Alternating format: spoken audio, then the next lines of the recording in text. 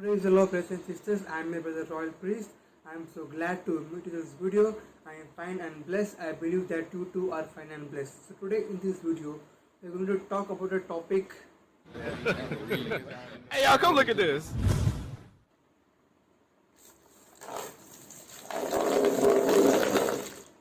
Water baptism. Actually, in Bible, there are two types of water baptism mentioned. So today in this video, we are going to see the both water baptism, and we are going to see which we should take and which we should not take with the reason. So let's go into the video. Before going into the video, do subscribe to the channel, Light of Truth, and tap the bell icon. I will be posting 4 videos a week, Monday, Tuesday, and Saturday.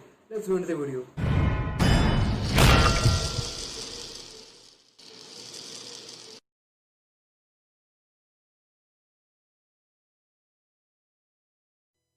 So as I mentioned, there are two types of water baptism mentioned in the Bible. Before we see the two types of water baptism mentioned in the Bible, first we have to see the what is the meaning of the word baptism.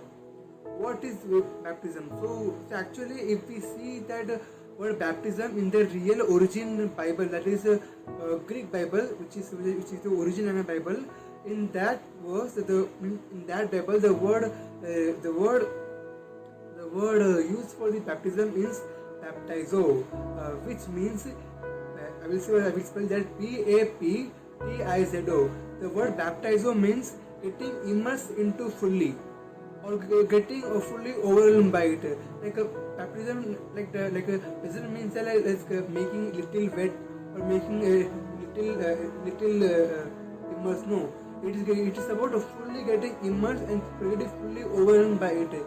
That is what called that is what called the meaning of the word baptizo is. So the meaning of the word baptism means getting fully immersed into or getting fully overwhelmed by it. So let's see the two types of water baptism mentioned in the Bible. So first we will see the first I will name the two types of baptism. First I call the first type of baptism as a baptism of repentance. So I will show you the word for that.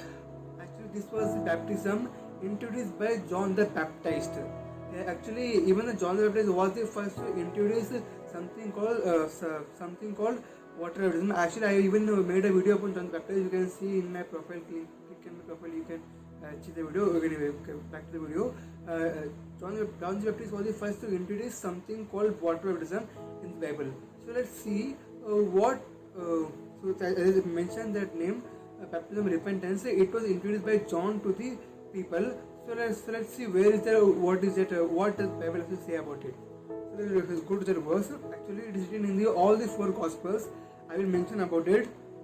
In Gospel of Mark, it is in the first chapter, verse 4 and 5, and in the Gospel of Matthew, the whole third chapter mentions the incident about it, and in the Gospel of Luke, you can see from the verse 3 to 22, and in the Gospel of John you can see the John chapter 1 9 to 36. So now we are all the four verses incident narrate the same incident. So we are going to just see in the Gospel of Mark. Let's go to that verse. Mark chapter 1 verse 4 5. Mark chapter 1 verse 4 5. I will read the verse for you. John did baptize in the wilderness and preached the baptism of repentance for the remission of sins.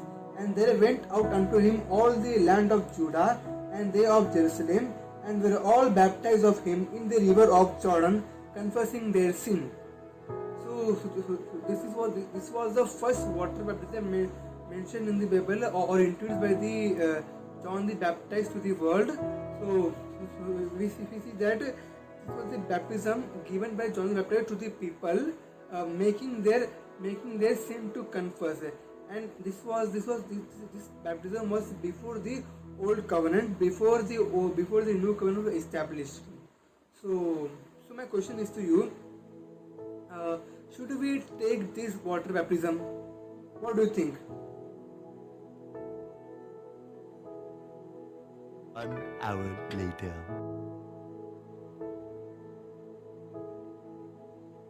6 months later.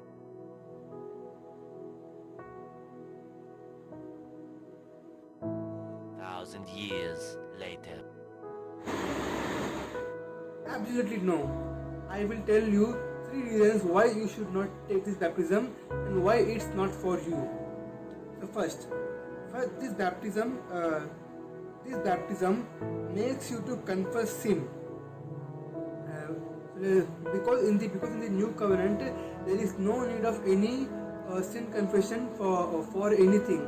We don't need any sin confession to salvation.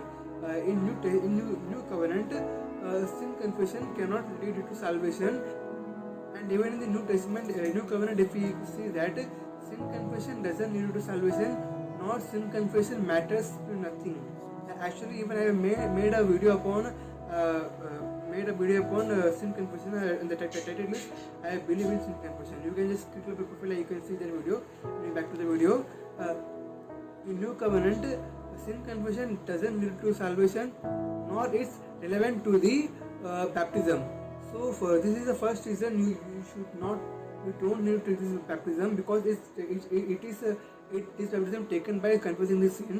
The second thing is that this baptism comes under the old covenant and not the new covenant, because this baptism was given to the people of old covenant, people who were lived in the under the old covenant, not to the people lived in the new covenant. And third reason, I will say that third is the most important reason, which I fully believe and 100% agree that this baptism was actually given to the people of Israel. This baptism was just to make the people of Israel and people of Judah to make them ready for the coming of Messiah. So even John says that I am the voice of one crying in the wilderness, prophesied by the Isaiah and Micah. So he's preparing the people for the coming of Messiah by making the confessing sin and making them convict their sins, and also making them ready for the coming of Messiah. So these are the 3 reasons. So as I said, the third reason is just to make them aware of coming of Messiah. It doesn't have anything to do with the new covenant water baptism. So these are the 3 reasons I say that you don't need to take this water baptism. So now let's move on to the second type of water baptism.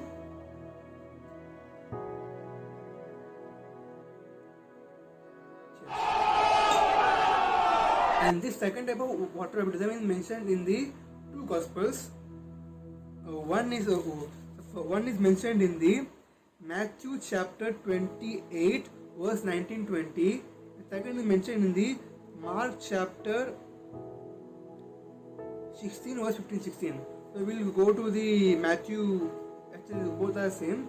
So we will go to the Matthew Gospel of Matthew, and the verse is that, "Go ye therefore and teach all nations, baptizing them in the name of the Father and of the Son and of the Holy Ghost, teaching them to observe all things." Blah, blah, blah, blah. 19th verse says that, "Go ye therefore and teach all nations, baptizing them in the name of the Father, of the Son and of the Holy Ghost." Jesus himself mentions about the water baptism. So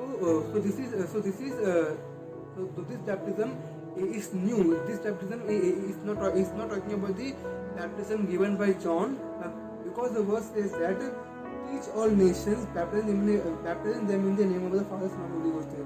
And the baptism of John was not given in the name of the Father, Son, and the Holy Ghost, but this baptism is given in the name of the Father, Son, and the Holy Ghost.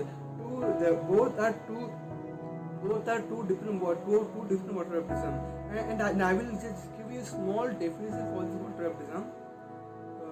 Water baptism is an outward testimony of the inward works done.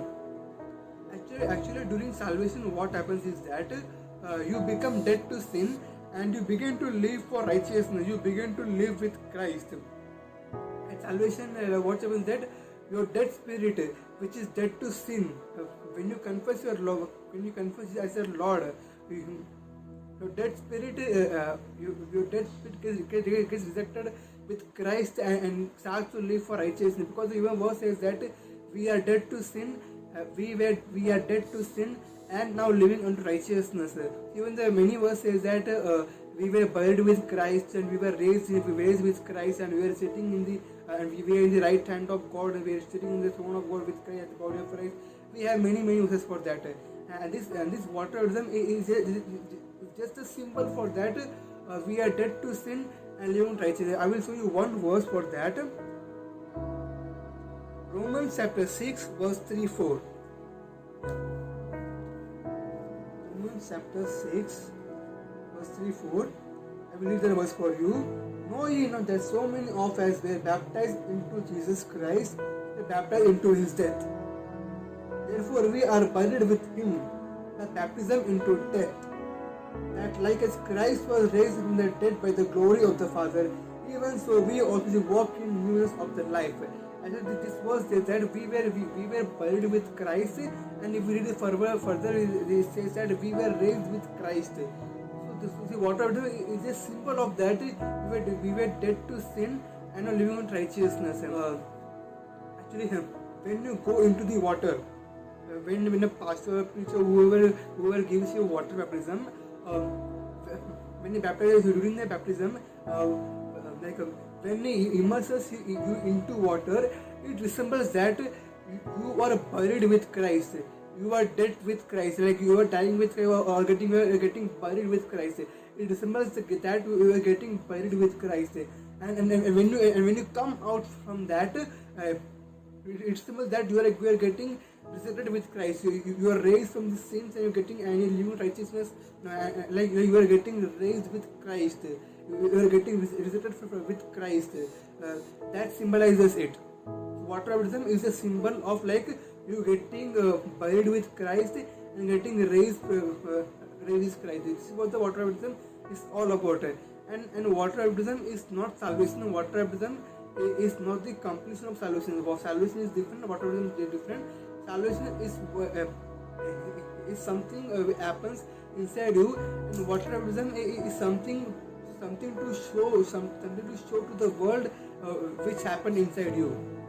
He said water baptism is a outward expression of the inward version. So remember that when you go into the water, it symbols that you are buried with Christ. When you come out of the water, it symbols that you are raised with Christ. This is what this water baptism is simply. So this is the water baptism we have to take. We should take, and everyone should take the water baptism. And now I will mention a certain incident in the Acts of Apostles, which directly disqualifies the baptism of John and qualifies the baptism of Jesus. So I'm not saying that the baptism of John was fake, false. No, it was true and it was relevant under the old covenant to that people. It was true and it was real. But in the new covenant, as a child of God, as a body of Christ, that is not for us. But this new covenant baptism is for us and is for you and me. So we are going to see that in the Acts of Apostles. It is written in the Acts of Apostles chapter